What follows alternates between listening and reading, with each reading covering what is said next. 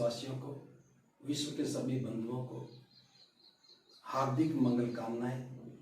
तथागत की अनुकंपा बनी रहे और आपका जीवन सुखी और समृद्ध रहे। प्रबुद्ध उपासक उपासिका, आज का विषय बहुत महत्वपूर्ण विषय है। धम्मचक्र प्रवर्तनाय पर मैं चर्चा करूं उससे पहले एक बात कहना चाहूंगा। समय के साथ साथ हर बात का अर्थ बदल जाता है और महत्व भी बदल जाता है। जैसे आज आषाढ़ माह की पूर्णिमा को सभी लोग गुरु पूर्णिमा के रूप में मना रहे हैं। क्या वास्तव में यह गुरु पूर्णिमा है या आषाढ़ माह की पूर्णिमा का बौद्ध धर्म से जब संबंध है तो क्या यह संबंध गुरु और शिष्य की परंपरा का संबंध है? एक बहुत ही बड़ा भ्रमित दृष्टिकोण शुरू हो गया है। इसको इस बात से समझना चाहिए, जब हम किसी पर्व या महत्वपूर्ण घटना को एक नया नाम देते हैं तो उसका अर्थ भी बदल जाता है। जैसे जब कोई व्यक्ति बात करता है दशहरा, दशहरा भारत का एक बहुत बड़ा फेस्टिवल है, तो इसका सीधा सा अर्थ है कि 10 सिरों वाले व्यक्ति का हार जाना, यानी कि वो पर्व जिस दिन 10 सिर वाले व्यक्ति को हार गया वो दशहरा हो गया। और जब हम बात करते हैं अशोक विजयदशमी की, अशोक विजयदशमी का मतलब है अशोक नाम का सम्राट जिसने अपने अंतःकरण पर विजय प्राप्त करके धम्म की शरण ग्रहण की, तो अपने अंतःकरण पर विजय पाना ही अशोक विजयदशमी का पर्व हो गया। अब इन दो शब्दों में बड़ी भिन्नता है। एक तरफ 10 सिर वाला व्यक्ति हारा है तो हार और जीत का पर्व हो गया, और दूसरी तरफ एक सम्राट जिसने हिंसा के मार्ग को त्याग करके अपने मन के जो विकार थे, मैल थे, उनसे मुक्त होकर के अपने अंतःकरण पर विजय प्राप्त करके एक कल्याणकारी शासन के रूप में अपने शासन को स्थापित किया। और बुद्ध की शरण जाने के बाद ये संकल्पित हुआ, तो दोनों मंत्र हो गया। ठीक इसी प्रकार से आषाढ़ माह की पूर्णिमा की जब हम बात करते हैं, भारत के संदर्भ में बड़े पैमाने पर इसे गुरु पूर्णिमा के रूप में प्रचारित किया जा रहा है। और आज पूरे देश में जो गुरु शिष्य परंपरा की बात होती है, जो शिष्य हैं वे गुरुओं की पूजा करते हैं, उनकी प्रशंसा करते हैं, उनकी सेवा करते हैं, उनका महिमा मंडन करते हैं, और शिष्य ये करके गौरवान्वित होता है, गुरु की गरिमा बढ़ जाती है और ये उत्सव मन गया। लेकिन जब हम बौद्ध धर्म की बात करते हैं, धम्म की बात करते हैं, धम्म के परिवेश की बात करते हैं, तब इस बात से कोई सरोकार नहीं, मेल ही नहीं खाती कि आषाढ़ माह की पूर्णिमा का गुरु शिष्य परंपरा से कोई संबंध है। अब इस बात को समझाते हुए मैं इस विचार को सुस्पष्ट कर रहा हूं। हम जानते हैं कि सिद्धार्थ गौतम 6 वर्ष के लगातार प्रयास के बाद वो बुद्ध बने। बुद्ध बनने के बाद इसका अर्थ यह हुआ कि उन्हें ज्ञान की प्राप्ति हुई, वे समस्याओं को जानते थे, उनका समाधान भी जानते थे, और समाधान का मार्ग क्या है ये भी अच्छी तरह से समझते थे। अब बुद्ध के सामने एक बहुत बड़ी चुनौती थी कि संसार अज्ञानता से भरा है और हजारों वर्षों से यह अज्ञानता में जी रहा है, और अज्ञानता में जीते जी मनुष्य की हालत ऐसी हो गई है कि वह जान ही नहीं पा रहा कि सच क्या है, दुख क्या है, दुख क्यों है, दुख का समाधान क्या है, उसके अलावा मार्ग क्या है। तो संबुद्धि प्राप्ति में बुद्ध ने जो सूत्र खोजा, 4 श्रेष्ठ सत्य का सूत्र, कि सबसे पहले अपनी अविद्या को, अपने दुख को स्वीकार करना है, फिर उसका कारण ढूंढना है, फिर उसका निवारण जान करके निवारण के मार्ग पर चलना है। ऐसा करके हम अपनी अविद्या को दूर कर सकते हैं और दुखों से मुक्त हो सकते हैं।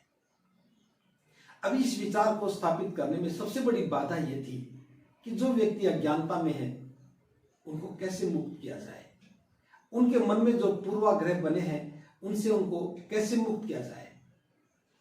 तो इसके लिए बुद्ध को चाहिए था कोई पात्र व्यक्ति, ऐसे पात्र व्यक्ति जो इस बात को समझ सके और समझ करके लोगों को समझा सके ताकि काम आसान हो जाए।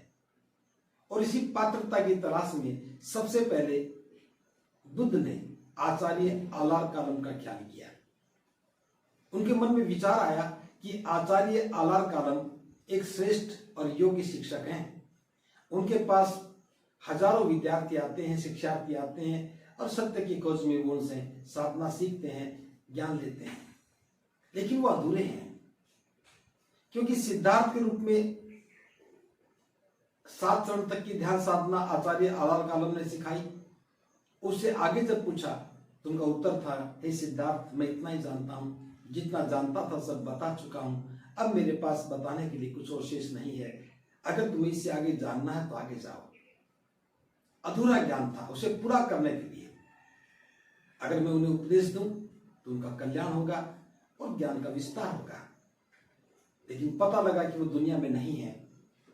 अब दूसरे पात्र की खोज शुरू हुई। उद्धक रामपुत का ख्याल आया। उन्होंने 8वें चरण की ध्यान साधना सिद्धार्थ को सिखाई थी।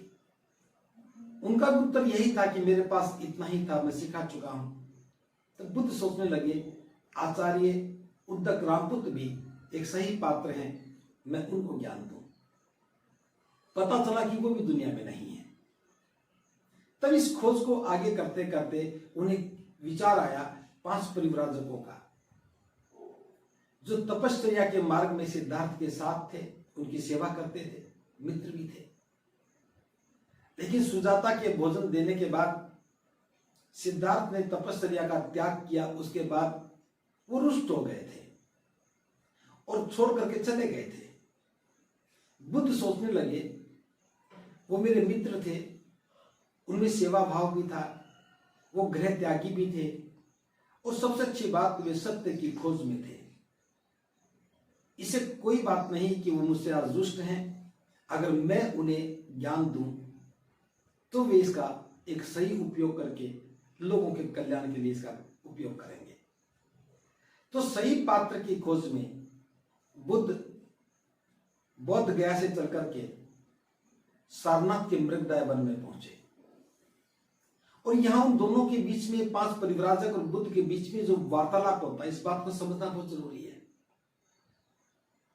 वो 5 परिव्राजक इस बात को मानने के लिए तैयार ही नहीं थे कि तपश्चर्या का मार्ग छोड़ने के बाद कोई व्यक्ति बुद्ध बन सकता है। उनकी जिज्ञासा भी थी और संदेह भी था कि ये हमारा मित्र सिद्धार्थ है, मार्ग से भटका हुआ है, तपश्चर्या को छोड़ चुका है, अब ज्ञान प्राप्ति की कोई संभावना तो थी नहीं, फिर भी इन्होंने क्या खोजा जान तो लें। उन परिव्राजकों ने प्रश्न किए, तथागत ने उत्तर दिए और उस उत्तर में जो एक महत्वपूर्ण बात थी, बुद्ध कहते हैं कि जो मैंने मार्ग खोजा है उस मार्ग में आत्मा और परमात्मा का कोई स्थान नहीं है। मैंने जो मार्ग खोजा उसमें आत्मा और परमात्मा का कोई स्थान नहीं है। मेरा मार्ग दुखों को जान करके सुख देने का मार्ग है। अब पूरी दुनिया में, पूरे विश्व में, अगर मैं भारत की बात करूं तो भारत में सभी लोग इसी बात के इर्द गिर्द ही अपने विचार रखते थे। सबके मन में धारणा थी ईश्वर है, आत्मा है, परमात्मा है। और बुद्ध ने कहा कि मेरे धम्म का आत्मा परमात्मा से कोई सरोकार नहीं है। मैंने जो मार्ग खोजा है यह मार्ग तो अविद्या का नाश करने का मार्ग है। जो संसार में अविद्या व्याप्त है, अंधविश्वास व्याप्त है, गलत धारणाएं मन में जो बनी हुई हैं, उन धारणाओं से मुक्त करने का मार्ग है। और जब व्यक्ति की अविद्या खत्म होगी, दुख दूर होंगे, तो सुख की प्राप्ति होगी। और सुख की प्राप्ति हो, यही मेरे धम्म का उद्देश्य है। तो यहां एक बहुत महत्वपूर्ण बात है। बुद्ध की जो खोज थी वो स्थापित मूल्यों के विपरीत खोज थी। जिन मूल्यों पे हम बात करते थे उन मूल्यों मूल्यों में आत्मा परमात्मा नहीं था। जो व्यक्ति के मन में डर थे, उन डर से मुक्त करने का ही सिद्धार्थ तथागत का प्रयोजन था। जब वो 5 परिव्राजक संतुष्ट हो गए कि अभी सिद्धार्थ नहीं है, ये बुद्ध बन गए हैं, तब वो तैयार हुए उपदेश को सुनने के लिए। और सुनने से पहले भी बुद्ध ने उनकी पात्रता को जांचा कि यदि मैं आपको ज्ञान दूं तो इसका क्या उपयोग करोगे। उन 5 परिव्राजकों ने कहा, हे तथागत, हम नहीं जानते, आप ही हमें बताएं। तब तथागत ने उन 5 परिव्राजकों के सामने एक प्रयोजन रखा कि जो मैं आपको बता रहा हूं, जो मैं ज्ञान आप देने वाला हूं, इसका उद्देश्य है जो लोग अज्ञानता में है, अविद्या में है, उनको अविद्या से मुक्त करना है। जो लोग पूर्व धारणाओं में फंस करके गुलामी का जीवन जी रहे हैं, उनकी धारणाओं को तोड़ करके, उन धारणाओं से मुक्त करके उन्हें स्वतंत्र बनाना है, क्योंकि गुलामी का जीवन कष्टकारी होता है। जब बुद्ध ने उनके सामने प्रयोजन रखा कि मेरा उद्देश्य धर्म का साम्राज्य स्थापित करना है, और धर्म का साम्राज्य का अर्थ है कि दुनिया के सभी प्राणी, सभी जीव जंतु, सभी मनुष्य सुखी रहें, कोई दुखी ना रहो, उनमें परस्पर भाईचारे की भावना हो, स्वतंत्रता हो, न्याय की अवधारणा हो। तो इसके साथ वो इस समाज के निर्माण की जो बात कर रहे हैं, दुख मुक्त समाज के निर्माण की बात कर रहे हैं, सुख के साथ रहने वाले मनुष्य की जो बात कर रहे हैं, वो बुद्ध ने लक्ष्य रखा। और उस लक्ष्य के प्रति अपनी सहमति देने के बाद ही बुद्ध ने उन 5 परिव्राजकों को पहला उपदेश दिया। और उस उपदेश में बुद्ध ने स्पष्ट किया कि मेरा जो सिद्धांत है, इसमें करुणा और मैत्री है, जो असहाय लोगों को अपना बनाने की एक उत्कृष्ट इच्छा पैदा करती है, जिसका दुनिया में कोई नहीं, उसको अपनाने की, उसको दुख से बाहर निकालने की जो इच्छा पैदा करती है, वो मैत्री है। तो बुद्ध ने सबसे पहले कहा कि इन सब दुखों से दूर करने के लिए 3 मार्ग हैं। पहला मार्ग है निर्मलता का पथ, दूसरा मार्ग है धम्मपरायणता का पथ, और तीसरा है शील पथ। अब इसमें जो सबसे पहले निर्मलता का पथ है या पवित्रता का पथ है, इसमें बुद्ध ने कहा कि जीवन को अगर एक आदर्श देना है, स्वरूप को सुंदर बनाना है, सुखी बनाना है, तो जीवन के कुछ मूल्य होने चाहिए, जीवन के कुछ मापदंड होने चाहिए। अभी तक जो लोग जी रहे हैं, उनके जीवन का कोई मापदंड नहीं है। तो मापदंड क्या है? वो 5 शील हैं।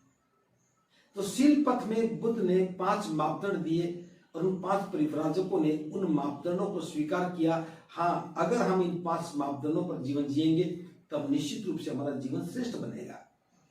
और 5 मापदंडों में प्राणी हिंसा नहीं करने की बात थी, मैं चोरी नहीं करूंगा, इससे दूर रहने की शिक्षा ग्रहण करता हूं, दुराचार और काम वासना से दूर रहने की शिक्षा ग्रहण करता हूं, झूठ नहीं बोलूंगा, चुगली नहीं करूंगा, और किसी प्रकार का नशा नहीं करूंगा। तो सबसे पहले बुद्ध ने जो उपदेश दिया, वह उपदेश जीवन को मूल्य देने का था। और इस जीवन को मूल्य देने के लिए इन 5 बातों को जीवन में उतारना बहुत जरूरी था। धम्मपरायणता के पथ में बुद्ध ने कहा कि लोग 2 अतियों में फंसे हैं। एक तरफ वे लोग हैं जो कायाक्लेश को ही अपना जीवन मान बैठे हैं। कायाक्लेश का जीवन बड़ा कष्टकारी होता है। दूसरे वे हैं जो भोग विलास में फंसे हैं। वो ये सोचते हैं कि खाओ पियो मौज उड़ाओ, जीवन को तो नष्ट होना ही है, तो क्यों ना खा पी करके मरे। ये दोनों अतियां हैं, चाहे भोग विलास में फंसा व्यक्ति है, चाहे वो कायाक्लेश करके त्याग की बात करता है, जीवन को दुख देने की बात करता है। दोनों में सुख नहीं है। इन 2 अतियों से मुक्त हो जाना, इन 2 अतियों के बीच में ही जीवन को जीना मध्य मार्ग का जीवन है, जिसको अष्टांगिक मार्ग के नाम से जाना गया। यहां मैं बात बताना चाहूंगा कि अष्टांगिक मार्ग को बुद्ध ने जीवन मार्ग कहा है। कि सबसे पहले व्यक्ति को प्रज्ञा में स्थापित होना चाहिए। प्रज्ञा के लिए उसकी दृष्टि सम्यक होनी चाहिए, और सम्यक दृष्टि का अर्थ था अविद्या का नाश करना। जब तक मन में अविद्या रहेगी, गलत धारणाएं बनी रहेंगी, अंधविश्वास रहेगा, तो डर रहेगा, व्यक्ति डरेगा। डर ही दुख है। अगर वो मानसिक रूप से भयभीत है तो दुखी है। अविद्या का नाश के बिना सुख नहीं आ सकता। तो इसके लिए बुद्ध ने कहा कि व्यक्ति को सबसे पहले अपने दुखों को स्वीकार करना चाहिए। दुख स्वीकार करने के बाद 4 श्रेष्ठ सत्य के माध्यम से हमें कारण जानना चाहिए। कारण जानने के बाद उसका निवारण देखना चाहिए और निवारण के मार्ग पर चलना चाहिए। तो 4 श्रेष्ठ सत्य, जिसे आज हम 4 नोबल ट्रूथ भी कहते हैं, इन 4 श्रेष्ठ सत्यों के माध्यम से अविद्या का नाश करके जब व्यक्ति अविद्या से मुक्त होता है तब मन प्रसन्नचित होता है। मन का प्रसन्नचित होना ही बुद्धि का निर्मल होना है, और बुद्धि का निर्मल होना ही प्रज्ञा है।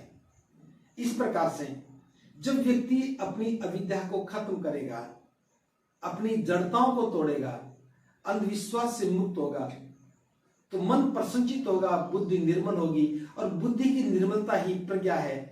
और जिसकी बुद्धि निर्मल है वह उस निर्मलता के साथ जो भी कुछ सोचता है, निर्णय लेता है, वो इस निर्णय ही सम्यक संकल्प बनता है, और जो सम्यक संकल्प बन जाता है वही आगे चल करके एक अच्छे प्रयत्न के साथ संपन्न होता है, तो परिणाम सुखद देता है।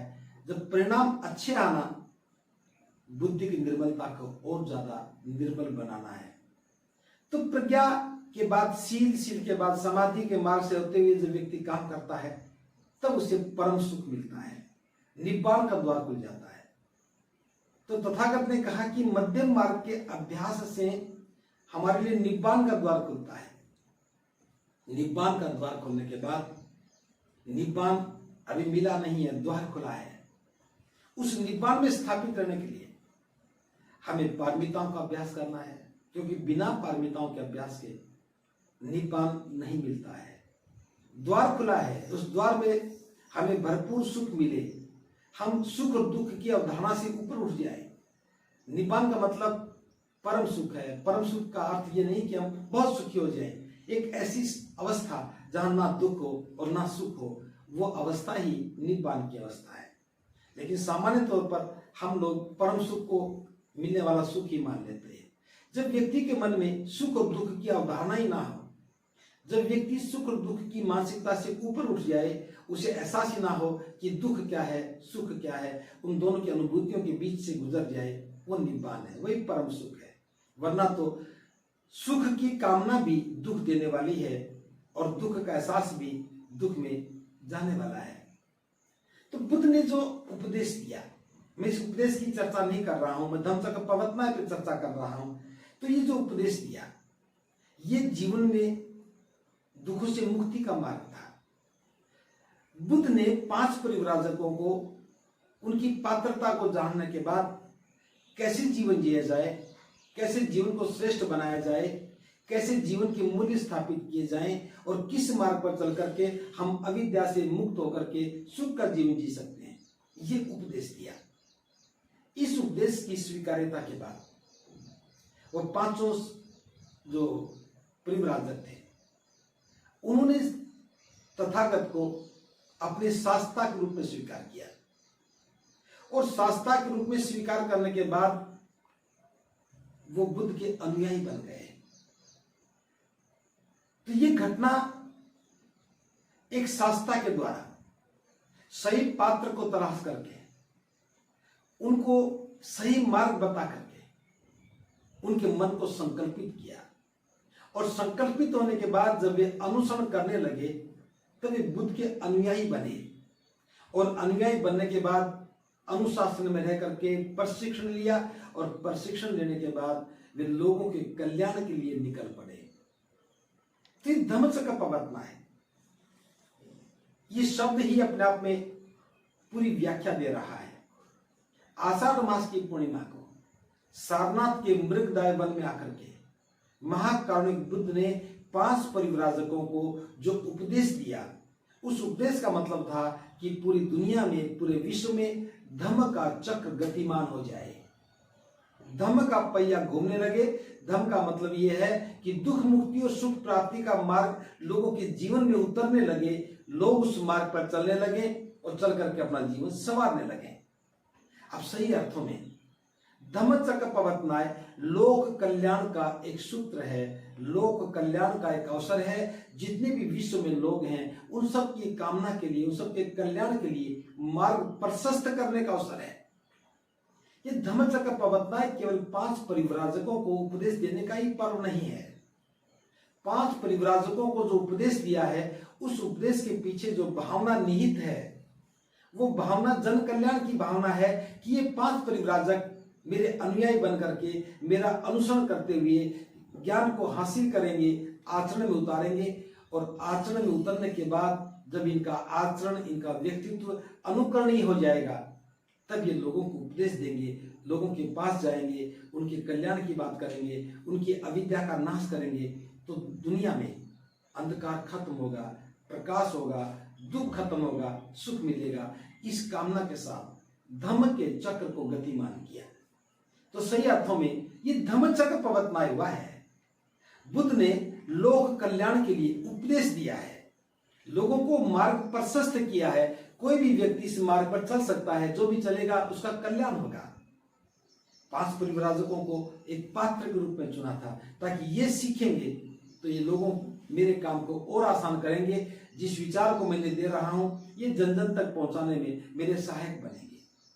तो 5 परिव्राजक पहले संतुष्ट होते हैं, फिर उनकी जिज्ञासाएं शांत होती हैं, फिर वो धम्म उपदेश सुनते हैं और अनुयायी बनते हैं। यहां एक बात बहुत महत्वपूर्ण है, जो लोग आषाढ़ माह की पूर्णिमा को गुरु पूर्णिमा कहकर के प्रचारित कर रहे हैं, तो उन सब लोगों के से एक मेरा प्रश्न है। दुनिया में जो स्थापित मूल्य है, मैं उनकी बात कर रहा हूं।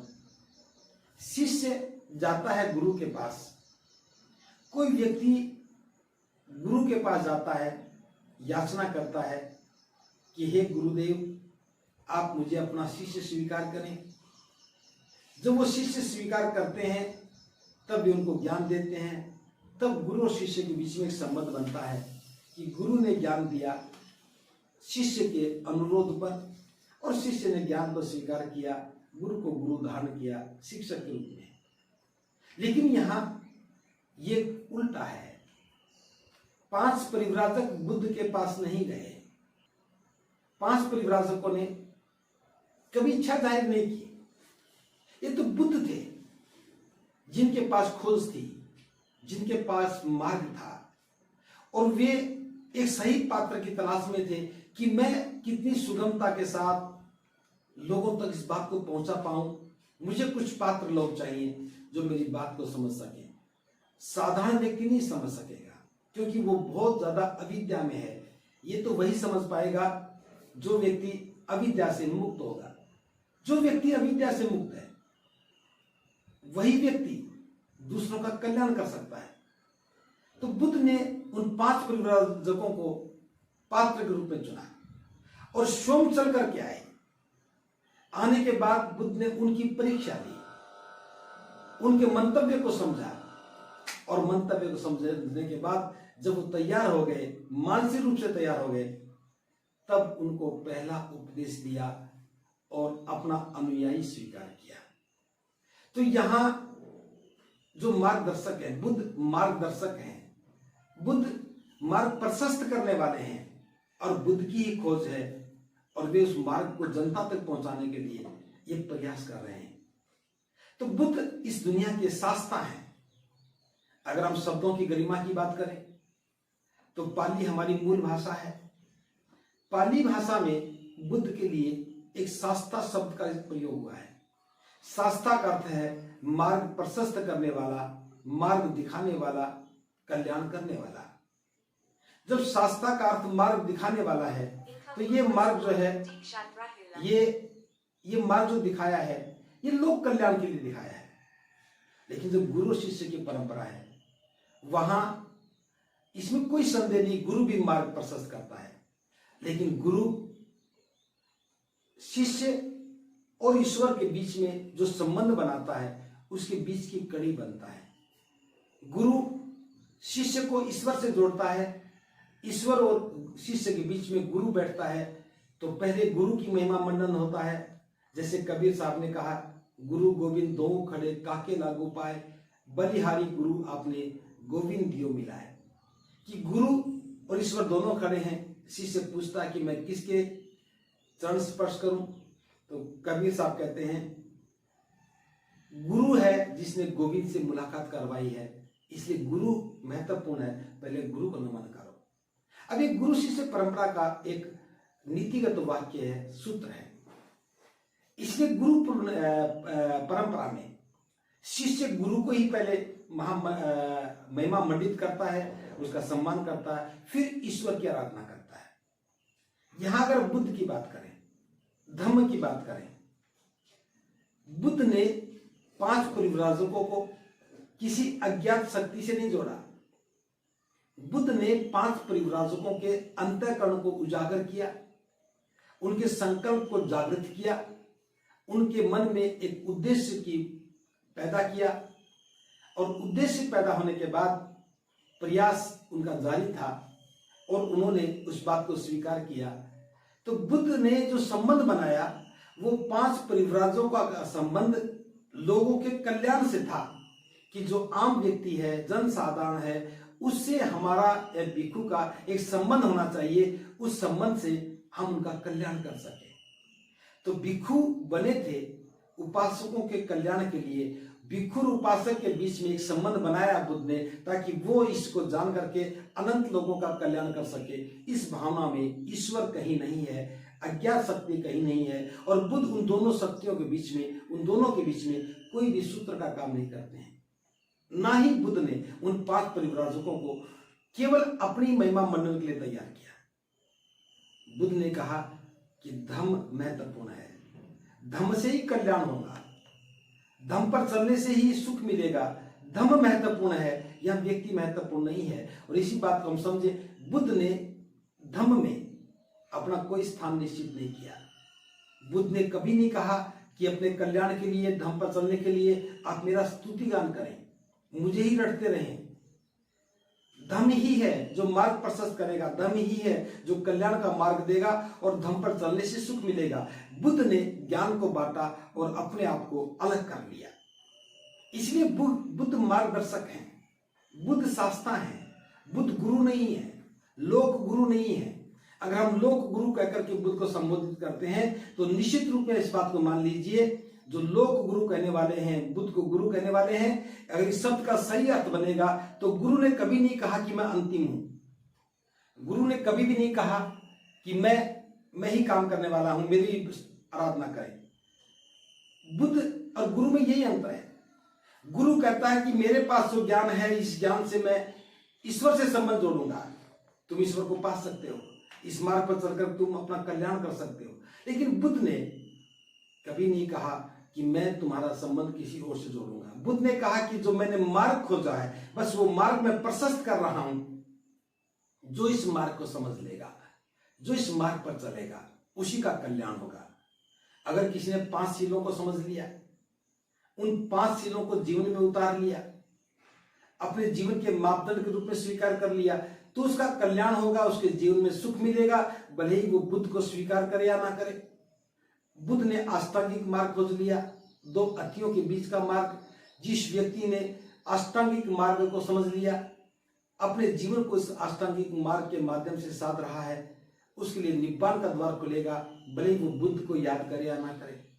जिसने पारमिताओं को समझ लिया, जिसने बुद्ध के बताए हुए मार्ग को जहां भी जिस रूप में समझ लिया, अगर वो उस पर आचरण करता है तो कल्याण का पात्र बन जाता है, उसका कल्याण होता ही होता है। मार्ग प्रशस्त करने के बाद मार्ग बताने वाले की ज्यादा भूमिका नहीं रहती। जैसे आज मैं प्रयागराज में बैठा हूं और मुझे दिल्ली जाना है, सड़क पर एक साइन बोर्ड लगा है कि दिल्ली यहां से 700 किलोमीटर दूर। तो यहां से दिल्ली किधर है, दिशा है। जो ही हमने उस बोर्ड को पढ़ा, दिल्ली का मार्ग देखा और चल पड़े। उसके बाद वो साइन बोर्ड वहीं रह जाता है और हम अपनी मंजिल की ओर आगे बढ़ते हैं। आगे बढ़ते हैं, फिर कोई साइन बोर्ड दिखता है, फिर आगे बढ़ जाते हैं, मंजिल पर पहुंच जाते हैं। बस बुद्ध का यही काम है। बुद्ध ने जो खोज की, उसके साइन बोर्ड बनाए, मार्ग प्रशस्त किया और सामने रख दिए। 5 परिव्राजकों को कहा कि तुम बस मार्ग बताने का काम करो, केवल मेरी स्तुतिगान मत करो, मार्ग बताने का काम करो। तो धम्मचक्र प्रवर्तनाय लोगों के कल्याण के लिए मार्ग प्रशस्त करने का उत्सव है। हर व्यक्ति जिसने बुद्ध को देखा या नहीं देखा, हर प्रत्येक व्यक्ति जिसने बुद्ध को जाना नहीं जाना, अगर वो ये जान जाता है कि ये कल्याण का मार्ग है, चलता है, तो उसका निश्चित रूप से कल्याण होता है। इसमें गुरु और शिष्य की कोई भूमिका नहीं है। 5 परिव्राजक मार्ग को बताने वाले लोग हैं, मार्ग को सुगमता के साथ लोगों तक पहुंचाने वाले व्यक्ति हैं। बुद्ध मार्ग प्रशस्त करने वाले हैं। तो मैं बताना चाहूंगा कि आषाढ़ माह की पूर्णिमा धम्मचक्र प्रवर्तनाय है। कल्याण की भावना के साथ धम्म के मार्ग को लोगों तक पहुंचाने के साथ धम्म का चक्र जो गतिमान करने का है। अब जो लोग गुरु पूर्णिमा की बात करते हैं वो धम्म को छोड़ देते हैं, वो धम्म चक्र को छोड़ देते हैं। धम्म के चक्र को गतिमान करना भी छूट जाता है। बस गुरु और शिष्य की परंपरा का महिमा मंडन शुरू हो जाता है। तो मैं सभी उपासक उपासिकाओं से कहना चाहूंगा, आषाढ़ माह की पूर्णिमा धम्मचक्र प्रवर्तनाय के उत्सव है। इसे गुरु पूर्णिमा कहकर के इसकी गरिमा को छोटा ना करें। जब हम गुरु पूर्णिमा कहते हैं तो हम अबोध होते हैं, इसका बोध होने से कोई सरोकार नहीं है। लेकिन जब हम धम्मचक्र प्रवर्तनाय की बात करते हैं तो इस बात में ये बात भी निहित है कि मैं बौद्ध हूं, मैं बुद्ध का अनुयायी हूं, मैं बुद्ध का अनुसरण करने वाला हूं, मैं बुद्ध के बताए धम्म के मार्ग पर चलने वाला व्यक्ति हूं। ये धम्मचक्र प्रवर्तनाय की गरिमा होगी। इसलिए हमें लगातार जब भी बात करनी हो, धम्मचक्र प्रवर्तनाय की बात करें, धम्मोपदेश की बात करें, बुद्ध ने 5 परिव्राजकों को पहला उपदेश दिया उसकी बात करें, बुद्ध ने जो ज्ञान खोजा सबसे पहले लोगों के कल्याण के लिए उसे सार्वजनिक किया। ये एक अद्भुत अवसर है, ज्ञान बांटने का अवसर है, लोगों के कल्याण का अवसर है। इसमें गुरु और शिष्य बनाने की कोई परंपरा नहीं है। जो लोग बौद्ध नहीं है, जिनका बुद्ध धर्म से कोई सरोकार नहीं है, जो बुद्ध को शास्त्र नहीं मानते, उन लोगों ने अपना नया कारोबार शुरू किया, नई दुकान खोली जिसका नाम गुरु शिष्य परंपरा रख दिया। आज गुरु शिष्य परंपरा को जो महिमा मंडित करते हैं उनका बुद्ध से कोई सरोकार नहीं है। इसलिए प्रत्येक बौद्ध अनुयायी को चाहिए कि वो आषाढ़ माह की पूर्णिमा को केवल धम्मचक्र प्रवर्तनाय ही कहे और किसी शब्द से इसको ना, इसका महिमा मंडन ना करे। अगर कोई गुरु पूर्णिमा मना रहे हैं तो उनको मनाने दें। बौद्ध होने के नाते हमें धम्म का चक्र ही गतिमान करना चाहिए। और ये कैसे मनाएं, आज के विषय में ये बात भी निहित थी। तो मैं थोड़े से शब्दों में ये भी बताना चाहूंगा, इस पर्व को मनाने के लिए जैसा हमने सोचा है ये अंतिम नहीं है। आपको जैसे अच्छा लगे वैसा स्वीकार कीजिए। हम उत्तर भारत में धम्मचक्र प्रवर्तनाय मनाने शुरू कर चुके हैं। जैसे सुबह सुबह 5 परिव्राजक बना करके 5 बच्चों को, जिनकी उम्र लगभग 14-15 साल के आसपास हो, श्वेत वस्त्र पहन करके सफेद चद्दर को कंधे पे टांग करके वो 5 बैठ जाते हैं बोधि वृक्ष के नीचे। अगर बोधि वृक्ष नहीं है तो एक बोधि वृक्ष का फ्लैक्स लगा करके बैठ जाते हैं। सामुदायिक भवन में भी बैठ सकते हैं, बुद्ध विहार में भी बैठ सकते हैं। और वहां बुद्धं शरणं गच्छामि की धुन बजने लगती है। उपासक उपासिकाएं उनके लिए भोजन लेके आते हैं, भोजन दान करते हैं। दोपहर से पूर्व वो भोजन कर लेते हैं। उसके बाद भी धर्म चर्चाएं चलती रहती हैं। दोपहर के बाद एक बड़ा सा धम्म चक्र लेकर के, 24 तिल्ली वाला धम्म चक्र लेकर के, जो किसी भी रूप में बना करके वो तैयार रखते हैं। 500 परिव्राजक उस धम्म चक्र को लेकर के आगे आगे चलते हैं। उनके आगे आगे पंसील के ध्वज होते हैं, पीछे पीछे उपासक उपासिकाएं हैं, उनके हाथ में भी पंसील के ध्वज होते हैं। और बुद्धं शरणं गच्छामि की गूंज के साथ नगर में चक्रमण करते हैं, चारिका करते हैं। ये जो धम्म का चक्र है वो परिव्राजक इसको लेकर के चल रहे हैं। क्योंकि हमारे पास बुद्ध नहीं है तो हम बुद्ध का एक कटआउट, बुद्ध का एक फ्लैक्स लेके साथ चल सकते हैं प्रतीक के रूप में कि बुद्ध ने धम्म चक्र को गतिमान किया। चक्र हमारे हाथ में है, परिव्राजक साथ में है, पंसील की पताका है और वो चल रहे हैं बुद्धं शरणं गच्छामि के साथ। फिर चक्रमण करने के बाद, चारिका करने के बाद वो वापस उसी स्थान पर आते हैं। फिर वहां आकर के कोई भी, या तो उन परिव्राजकों में से या कोई भी व्यक्ति बुद्ध द्वारा दिया गया धम्मोपदेश पढ़ करके सुना दे, लोगों को समझा दे। उसके बाद सबके लिए पायस का वितरण करें, खीर का वितरण करें। जो परिव्राजक बने थे उनको उपहार भी दें, और उसके बाद पर्व की समाप्ति हो जाए। तो ये पर्व हमने धम्म चक्र को गतिमान करने के लिए ही प्लान किया है। मैं ये नहीं कह रहा हूं कि जो मैं कह रहा हूं यही करना चाहिए। हमारी जो समझ में आया हमने उसी रूप में इसको मनाना शुरू किया है। फिर भी विद्वान लोगों का आमंत्रण है कि वो इस पर्व को और बेहतर बनाने में अपनी जो भी भूमिका अदा कर सकते हैं हमें भी बताएं, ताकि हम भी इसको और बेहतर ढंग से मना सकें। सभी उपासक उपासिकाएं इस पर्व पर उपोषद संकल्प ले, आशीर्वाद ग्रहण करें। वे अपने घर में पायस बनाएं, पायस का वितरण करें, बुद्ध विहारों में जाएं, भिक्षुओं को भोजन दान करें। इस दिन भिक्षु भी संकल्पित होकर के वर्षावास के लिए बैठते हैं। तो वर्षावास की शुरुआत भी होती है। जो भिक्षु बाहर से आया है, आपके नगर में आए हैं, उन भिक्षुओं के लिए भोजन की व्यवस्था करें, सोने की व्यवस्था करें, उनकी सुख सुविधाओं के लिए जो भी उपयुक्त चीजें हो सकती हैं उनका प्रबंध करें। तो ये धम्म चक्र प्रवर्तनाएं मनाने का तरीका है। बस अंत में फिर कहूंगा, धम्म चक्र प्रवर्तनाएं धम्म को गतिमान करने का पर्व है। अज्ञानता अविद्या का नाश करके, दुखों को से मुक्त होकर के जीवन को सुखी बनाने का मार्ग प्रशस्त करना है। बुद्ध शास्त्र हैं, लोक शास्त्र हैं, दुनिया की शास्त्र हैं। बुद्ध को गुरु कह करके उनको छोटा ना करें। गुरु शिष्य की परंपरा का बुद्धिज्म से, बुद्ध की विचारधारा से कोई सरोकार नहीं है। इसको इसमें शामिल ना करें। दूसरे लोग किसी रूप में मनाएं, लेकिन बौद्ध होने के नाते हमारा फर्ज बनता है हम धम्म चक्र प्रवर्तनाएं को, धम्म चक्र प्रवर्तनाएं